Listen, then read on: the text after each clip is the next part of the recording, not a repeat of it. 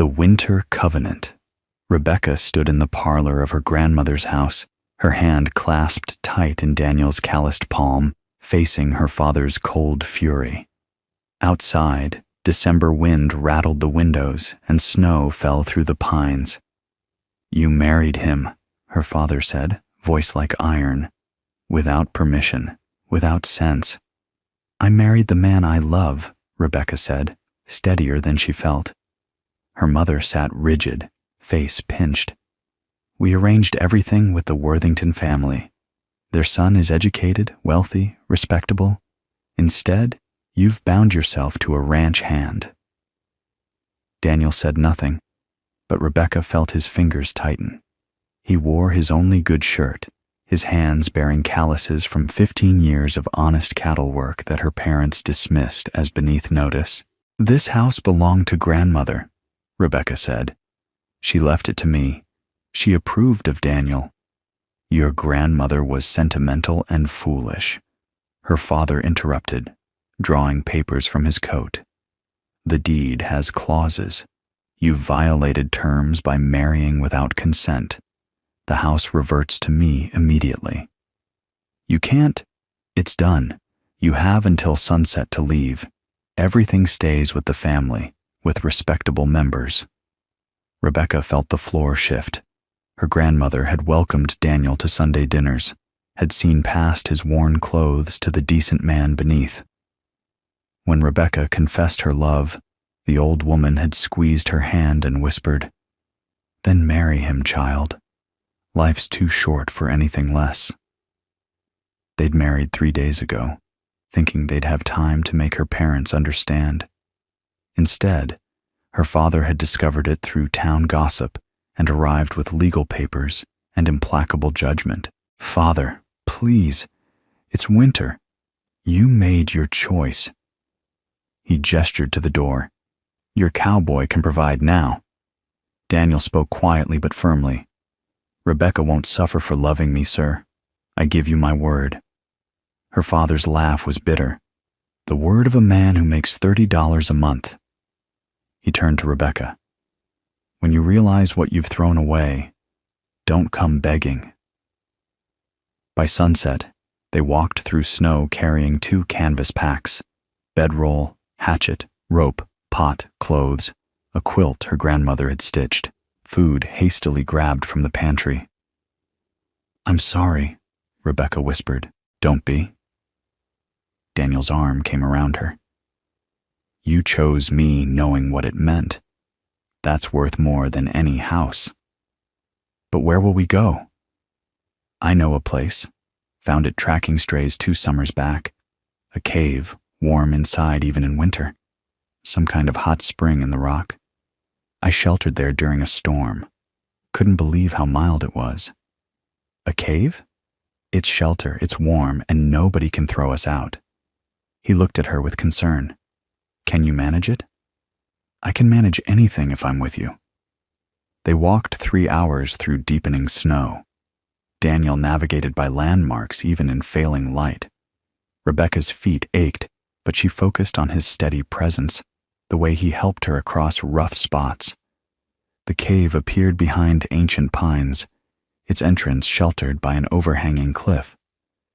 The moment they stepped inside, warm air enveloped them. Remarkably so, after hours in bitter cold. The main chamber extended back into darkness, floor relatively level, ceiling high enough to stand comfortably. "It's warm," Rebecca breathed. "Told you." Daniel surveyed the space. "We can build a proper shelter inside, set up a hearth. We'll be warmer than most folks in real houses." That first night, they huddled close to a small fire Daniel built near the entrance, sharing the quilt and their body heat. They ate cornmeal mush cooked in melted snow, and Rebecca tried not to think about the feather bed and warm kitchen she'd left behind. Instead, she focused on Daniel's arm around her, his steady breathing, the way firelight painted shadows on ancient stone. "We'll build something good here," he promised. "I swear it." "I know," she said. And somehow, despite everything, She believed him. The next morning, Daniel began construction. He'd worked on ranch buildings and line camps for years, knew how to raise structures with minimal tools. He headed into the forest at first light, hatchet in hand, searching for suitable timber. He taught Rebecca how to evaluate wood. See how this log has bark falling off? That means it's been dead a while, dried out, lighter to carry, less likely to warp. Fresh-cut green wood is heavy and shrinks as it dries, pulls your whole structure crooked. He knocked on another log. Hear that hollow sound? Rot inside. We leave those. They worked together to drag acceptable logs back to the cave. Daniel would position himself at the heavy end, Rebecca at the lighter, and they'd haul in rhythm, resting when needed. After each trip, Rebecca's shoulders burned, but she was learning to use her legs and core, not just her arms. We'll build against the back wall, Daniel explained back at the cave, sketching the plan in the dirt with a stick. Use the rock as one wall to save lumber and hold warmth. Make it small, maybe 8 by 10 feet, easier to heat, but tall enough to stand in. Door facing the cave entrance for light and air. Rebecca studied his sketch. How do you know it'll work? Built 3 line shacks and helped with a barn. You learn what holds and what doesn't. He pointed to the corners in his drawing. These posts are everything. Get them solid and straight. The rest follows. The work became Rebecca's education. Daniel showed her how to strip smaller branches from logs using the hatchet, the blade angled carefully to avoid cutting into the main trunk. He demonstrated how to test if wood was sound or rotten. Tap it, smell it, check for soft spots. He taught her to work together on heavy pieces. We lift on 3. 1, 2, 3, there. Good. Hold it steady while I brace the bottom. The cabin frame rose slowly over 5 days of hard work. Daniel set corner posts first, each about 7 feet tall. He dug shallow holes where the cave floor was softer soil rather than stone, set the posts, and wedged rocks around their bases for stability. Making them vertical took patience. Watch, he said, hanging a string with a stone tied to its end next to a post. When the string hung straight without touching the post was vertical. If the string touches, the post leans. We adjust until it hangs free and parallel. Rebecca helped him brace each post with diagonal supports, holding pieces in position while Daniel lashed them with rope. Her arms shook with effort, but she learned to anticipate what he needed, handing him rope before he asked, positioning her weight to counterbalance his. The crossbeams connected the corner posts. Daniel showed Rebecca how to notch the beam ends so they'd seat firmly against the posts. See this? Cut a shallow groove here, not too deep, or you weaken the wood. The post sits in the groove, and the rope pulls it all tight. He tested each joint by shaking it hard. If anything wobbled, they reinforced it. The walls came next, and here Rebecca did more of the work.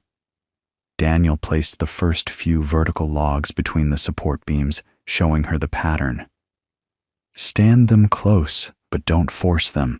Wood swells and shrinks with moisture. Leave a finger's width gap, and we'll fill it with chinking. Some logs were straight as arrows, others curved like bows. Rebecca learned to rotate curved pieces until they nested against their neighbors, creating a tighter fit. When a log was too tall, Daniel trimmed it. When one was too short, they chose a different piece. Waste nothing, use everything. Make do with what you have. You're getting good at this, Daniel said, watching her fit a particularly difficult piece into place. I like seeing it come together, Rebecca admitted. At home, everything was just there. Someone else built it, maintained it. This is different. Every piece we placed it. We know why it's there. The gaps between logs needed sealing. Daniel dug mud from deeper in the cave where ground warmth kept it workable. Mixing it with dry grass Rebecca gathered from a frozen meadow half a mile away. They created a thick paste, malleable, but sticky. Pack it in firm, Daniel instructed, demonstrating. Push it deep into the gaps. We want no airflow. Come spring, we can add moss and improve it, but for now, mud and grass will do. Rebecca worked section by section, her fingers aching from pushing mud into crevices. It was tedious, cold work. The mud froze quickly in the winter air, but she could see the difference immediately. Each sealed gap meant less heat lost, more warmth held. For the roof, Daniel's experience truly showed. He collected bark from fallen logs, peeling it in large sheets when he could. Birch bark is best, waterproof, flexible, but we take what we find. He layered the bark like shingles, starting at the bottom of the slanted roof and working up, each piece overlapping the one below. Why overlap that way? Rebecca asked. So water runs down and off, not under and in. Always work from bottom to top when you're covering anything. He demonstrated with a cup of water, showing how it flowed over the overlaps harmlessly. Rebecca helped him place branches across the bark to weight it down, and they lashed everything together with their remaining rope. When finished, the roof sloped from about 8 feet at the front down to 6 feet at the back, where it met the cave ceiling. Daniel built their hearth with special care, explaining as he worked. Fire is life, but it's also danger. We need good airflow so smoke rises clean, not enough gap that embers escape, and a base that won't crack from heat. He selected flat stones, testing each one. See this rock? It's layered, sedimentary. Heat it and cool it too many times, it'll split. We want dense stone like this. He held up a darker rock. That can take temperature changes. He arranged stones in a circle about 3 feet across, building up the sides 6 inches high with a gap facing the cabin door for feeding wood. Smoke rises naturally, he explained, but we help it along. The cabin gaps at the roof peak. The cave draws air up and out. We positioned everything so heat stays low where we need it. Smoke goes high where we don't. While Daniel worked on the shelter, Rebecca explored deeper into the cave, carrying the lantern carefully. About 30 paces back, she made a discovery. A thin stream of water trickled from a crack in the wall, running down the rock face before disappearing into a floor crevice. She touched it.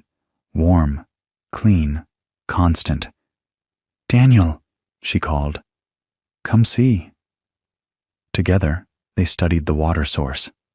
"We could catch it," Daniel said thoughtfully. "Make a basin. Then we'd have fresh water without hauling snow or ice." Over the next 2 days, they built their basin. Daniel found and shaped flat stones while Rebecca gathered smaller rocks. They created a shallow bowl beneath the trickle, building up sides with careful layering. Daniel mixed mud with more clay content, packed it between stones, and shaped a small overflow channel leading to a natural drain. When finished, clear water filled the basin continuously, spilling gently through the channel when it reached capacity. Rebecca washed her hands in the flow, marveling at the simple luxury. "We need food beyond what we brought," Daniel said one evening as they ate sparse portions of beans. "I'll hunt when I can, but winter game is scarce. We should try to grow something." "Here? In winter?" Rebecca looked doubtful. "Why not? The cave's warm enough. We've got water. We just need soil and seeds." He thought for a moment. "There's a trading post about 2 hours south. If I take your jewelry—" "Take it," Rebecca said immediately. "Grandmother would want us to use it." Daniel made the trip the next day, returning with precious supplies, packets of lettuce and turnip seeds, a small sack of seed potatoes, some dried meat, salt, and a handful of nails. The jewelry had bought more than Rebecca expected. Man at the post thought I was crazy buying garden seeds in December, Daniel said with a slight smile. Didn't argue when I paid asking price, though. Building garden beds became their next project. Daniel constructed 2 wooden frames using boards he split from logs. Careful, tedious work with just a hatchet and patience. He drove a wedge into the grain, tapped it with a rock, worked the split along the wood's natural lines. Each board took an hour to split and shape. The frames were bound with the nails from the trading post and reinforced with rope. Each box measured about 4 feet long and 3 feet wide, raised 6 inches off the cave floor on small log supports. Why raised? Rebecca asked. Keeps the soil warmer. Air flows underneath, heated by the cave. Also drains better, and we can work them without bending so much. Daniel tested the frames by standing on them. They held solid. The real labor was soil. Together, they ventured into the forest with canvas sacks, searching for places where ground wasn't frozen solid, near large rocks that absorbed daytime sun, in protected hollows where evergreens blocked wind, anywhere the cave's ambient warmth, which seeped through the earth for dozens of yards around, had kept soil workable. Daniel taught her to assess dirt quality. Feel this. Crumbly, dark, smells rich. That's good stuff. This over here. He held up a handful of lighter soil. Sandy, poor. Plants'll grow but won't thrive. We want the dark earth. They hauled load after load. Rebecca's back ached, her hands blistered despite gloves Daniel fashioned from spare cloth. But she learned to fill sacks only halfway so she could actually carry them. Learned to move in a steady rhythm that covered distance without exhausting her immediately. Each sack was dumped into the frames, and then the mixing began. Daniel worked wood ash from their fire into the soil. Not too much, just enough for minerals.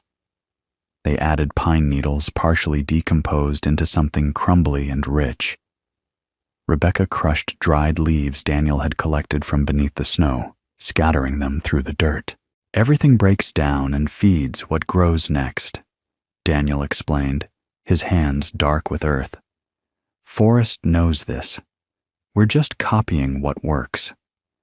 They worked the soil until both beds were filled and mixed thoroughly, loose enough for roots to penetrate, rich enough to provide nutrition, dark and promising. When the beds were ready, they waited 2 days, letting the soil settle and warm. Daniel watered lightly each day from the basin, allowing moisture to permeate evenly. He'd turn the soil again, fluffing it, checking texture. You sure about this? Rebecca asked, looking at the precious seeds. What if they don't grow? Then we learned something, but I think they'll grow. This cave's a miracle. Warm, moist air, shelter from frost. Plants don't know it's winter in here. Finally, planting day arrived. Daniel opened the seed packets with careful hands. The lettuce seeds were tiny, dozens per packet. The turnip seeds were larger, easier to handle. We'll plant lettuce in rows, Daniel said, using a straight stick to draw shallow furrows in the first bed. Each furrow was perhaps half an inch deep, running the length of the bed, spaced 4 inches apart. Lettuce doesn't need depth, just consistent moisture and some light. Rebecca watched him place seeds in the first furrow, 2 inches apart, each one pressed gently into the soil with his fingertip. Then he showed her how to cover them, brushing soil over delicately, barely covering the seeds, patting it down soft. Your turn, he said, handing her seeds. Rebecca's first row was crooked and her spacing uneven, seeds bunched in some places and sparse in others. Daniel didn't criticize, just said, Next row will be better. You're learning. He was right. By the third row, her hands moved with more confidence.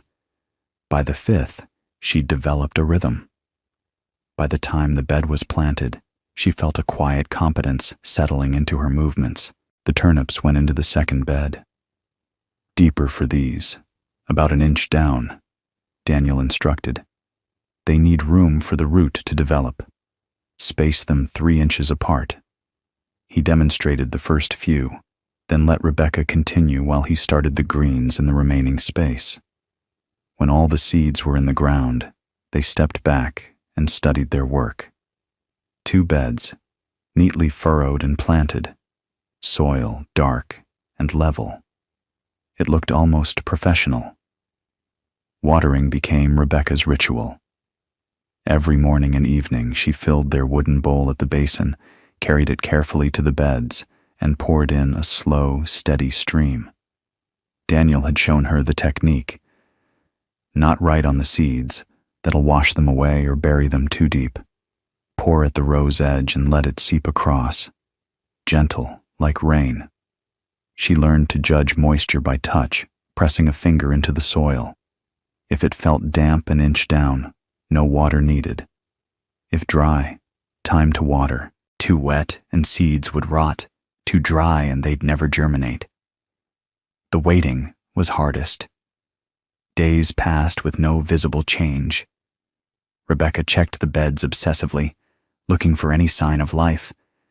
Daniel remained patient. Seeds need time, he reminded her. They're doing work under the soil we can't see. Splitting, sending down roots, building strength to push up. Give them a week. On the 6th day, Rebecca saw them. Tiny pale green shoots breaking through the soil surface in the lettuce bed. Just a few at first, but by evening there were dozens. By the next morning, the entire bed showed signs of germination. She literally ran to find Daniel. They're growing. Daniel, they're actually growing. He came to see, grinning at her excitement and the miraculous green sprouts. Told you, plants want to grow. We just gave them what they needed. Over the following days, the garden became Rebecca's deep focus. She watched the seedlings develop, noting which areas seemed strongest, which struggled. Daniel explained that some seeds were naturally more vigorous, some got better light or moisture, some just had luck. We thin the weak ones, he said, when the plants were about an inch tall. Looks cruel, but it gives the strong ones room to really thrive. Rebecca made the hard choices, pulling out spindly, pale seedlings and leaving the robust, dark green ones. Each plant she removed felt like a small failure, but the beds immediately looked healthier with proper spacing. She learned to identify good growth, leaves that were deep green and full, stems that stood upright, even development across the plant. She learned to spot problems, yellowing that meant too much water, wilting that meant too little, stretched stems that meant plants reaching for light. Daniel built small stakes for the plants that needed support, and Rebecca tied them gently with strips of cloth. They worked together, creating a micro-garden that defied every rule of winter farming. Firewood demanded constant attention. Daniel taught Rebecca the routine. Gather, assess dryness, split what needed splitting, stack properly. They built their woodpile against the cave wall, organized by size and purpose. Thick pieces for night fires, they burn slow and steady, Daniel explained, showing her. Thin kindling for quick heat when we need it fast. Medium sizes for cooking. He handed her the hatchet. You try splitting this piece. Rebecca took the tool, positioned it as he'd shown her, and swung. The blade bit into the wood but didn't split it. Daniel adjusted her grip and stance. Use your whole body, not just your arms. Let gravity help. She tried again. The wood split with a satisfying crack. There you go, Daniel said proudly. You're getting it. Inside the cabin, they created order from necessity. Daniel drove wooden pegs into the walls for hanging tools and supplies. The pot hung on a hook near the hearth, their clothes dried on a line strung across one corner. The bed was a platform of logs covered with pine boughs, and the precious quilt positioned where the cave's warmth was strongest. Rebecca organized their food supplies carefully. Beans in one sack, cornmeal in another, dried meat rationed and stored high to keep it from moisture. Every meal was planned, every portion measured. Nothing could be wasted. "I never thought about food before," she admitted one evening, stirring a thin stew. "There was always plenty at home. Now every bean matters." "That's real life," Daniel said, not unkindly. "Most folks live this way. You're just learning what regular people always knew." They developed routines. Mornings began with stoking the fire and checking the garden. Daniel would hunt or gather wood while Rebecca maintained the cabin and tended plants. Evenings were for cooking, mending, sitting close by the fire and talking. Rebecca learned skills she'd never needed in her parents' house. Daniel taught her to cook over an open fire, to make bread with minimal ingredients, to stretch supplies. She taught him to read better. He knew letters but struggled with words, using a small book of poetry her grandmother had given her. "Listen to this," she'd say, reading by firelight. "The snow falls soft on winter's night, yet hearts within grow warm and bright." "Pretty words," Daniel would say, though she suspected he enjoyed her voice more than the poetry itself. One night, a blizzard howled outside. Wind screamed through the pines and snow piled deep at the cave entrance. Inside their cabin, Rebecca and Daniel sat by the fire, comfortable and safe. "Are you sorry?" Daniel asked quietly. "About all this? Your parents' house? The life you could have had?" Rebecca looked around their humble shelter. Rough walls, dirt floor, minimal possessions. Then she looked at Daniel, his honest face illuminated by firelight, and felt a surge of certainty. "I chose you," she said simply. "Everything else follows from that. I'd make the same choice every day." He pulled her close, his kiss tender and grateful. As weeks passed, their cave home grew more refined. Daniel built a work table outside the cabin door for food preparation. He fashioned shelves inside for their few possessions. Rebecca hung herbs she'd found, wintergreen, dried sage, creating pleasant scents and useful remedies. The garden flourished. Lettuce grew in dark green rosettes, turnip greens pushed up thick and healthy. They harvested outer leaves carefully, leaving centers to keep producing. Fresh greens in their evening meals felt like luxury. Rebecca had grown stronger. Her hands were rough now, nails broken, but she could split kindling, haul water, work soil. She could build a fire that would last all night. She could judge if bread dough was ready or needed more working. Skills her mother had dismissed as servant's work now meant survival. Daniel noticed the changes. "You're tougher than you think," he said one morning, watching her efficiently organize their supplies. "I had to be, but I like it actually, knowing I can take care of things." She paused.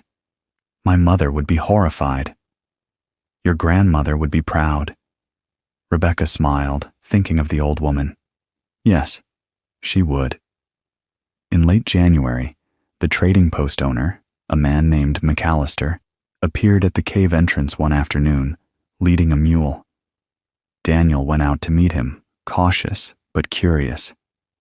"Heard you two were living up here," McAllister said, his weathered face neutral. "Wanted to see if the story was true. Young society woman and a cowboy, homesteading in a cave." "It's true," Daniel said simply. McAllister studied the entrance, noting the neat wood pile, the garden beds visible in the cave's interior, the well-built cabin. "I'll be damned, you've made a proper setup." He gestured to the mule. "Brought some supplies. Call it credit for the jewelry you sold me. I realize now I didn't pay enough. Those pieces were finer than I thought. Consider this settling the debt." The mule carried flour, sugar, coffee, dried apples, beans, and, unexpectedly, a small bag of oats for planting. "That's generous of you," Rebecca said, emerging from the cabin. "It's fair," McAllister corrected. "Besides, I admire folks who work for what they have. You two have grit." He tipped his hat and left, refusing Daniel's attempts to offer payment. That night, they made real coffee for the first time in weeks and shared dried apple slices like they were candy. "People aren't all bad," Rebecca said. "No. Some are right kind," Daniel agreed. "Your parents just happen to be the other sort." As winter deepened, Rebecca sometimes thought about her former life. The warm mansion, the servants, the abundant meals. But she thought about it the way one might recall a story read long ago, interesting but distant. This cave, this cabin, this life of work and careful planning, it was more real than anything she'd known before. One morning, she stood at the cave entrance watching snow fall while Daniel still slept.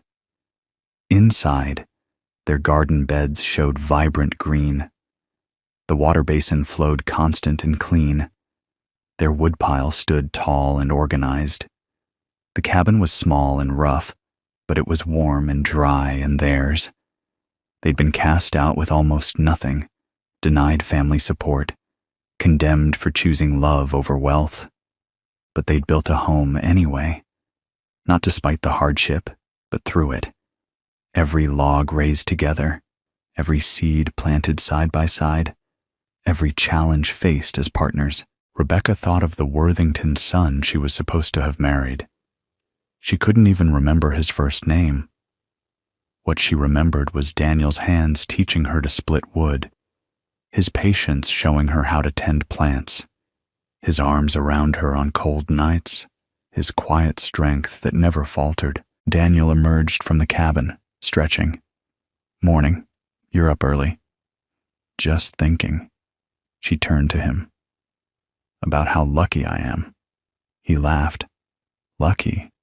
Living in a cave, eating turnip greens. Lucky to be here with you, to know what I'm capable of, to have a partner instead of just a husband." She took his hand. "My parents thought they were punishing us, but they gave us something better than their approval. They gave us a chance to build our own life." Daniel kissed her forehead. "Your grandmother knew what she was doing, leaving you that house. She knew your parents would react this way." "You think?" "I do. I think she figured they'd take the house back when you married me. And I think she told you about it anyway, because she wanted you to choose for yourself. Freedom instead of comfort." Rebecca considered this. She did always say that making your own choices was the only way to really live. "Smart woman." Daniel squeezed her hand. "Come on. Let's check the garden together." They walked back into the cave, into the warm embrace of stone, toward the green beds they'd planted and the small, sturdy cabin they'd built. Outside, winter ruled with frost and snow. Inside, a cowboy and a society woman, now simply husband and wife, tended their unlikely garden and built their improbable home, one careful day at a time. The raised beds flourished, the spring basin flowed, the fire burned steady. And in the calluses on her hands and the strength in her back, Rebecca felt the truth her grandmother had tried to teach her. That real wealth wasn't inherited or given, but built through work, choice, and love that refused to bow to anyone's judgment but your own.